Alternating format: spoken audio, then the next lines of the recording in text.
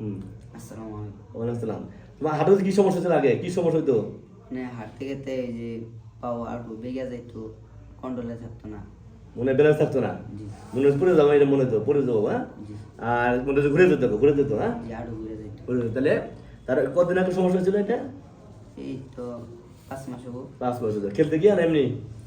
খেলতে গিয়ে পড়ে যায়, তার যে ব্যথা পাইছিল, ব্যথা পাওয়া ফুলে গেছিল, জি ওরা খেলতে পারে নাই। এটা হলো common symptom of ligament injury বা রগ ছিঁড়ে দাও, হাঁটুতে রগ আমরা বলি এসিএল। এসিএল ছিঁড়ে গেলে এরকম ফুলে যায়, ফুলে যাওয়ার পরে আস্তে আস্তে ব্যথা করে কমে গেছিলো, কিন্তু ওই হাঁটতে গেলেই ছুটে যেত বা ঘুরে যেত।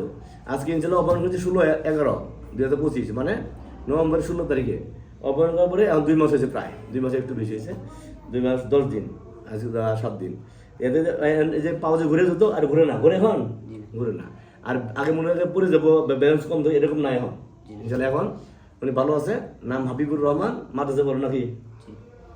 এই হেফজো জি শেষ করছি। শেষ মাসাল্লাহ, হাফিজ সাহেব। তাহলে আমাকে অপারেশন করে আমি অপারেশন করছি ময়মনসিংহে, এই অপারেশন করার পরে এখন ভালো আছে। হাঁটু যে ঘুরে যেত, নুরে যেত, এটা নাই, ব্যালেন্সও থাকে এখন। আগে ব্যালেন্স থাকতো না, মনে পড়ে যেত, হ্যাঁ, এরকম না। আল্লাহ রহমান অনেক ভালো। ধন্যবাদ। আসসালামু আলাইকুম। নমস্কার।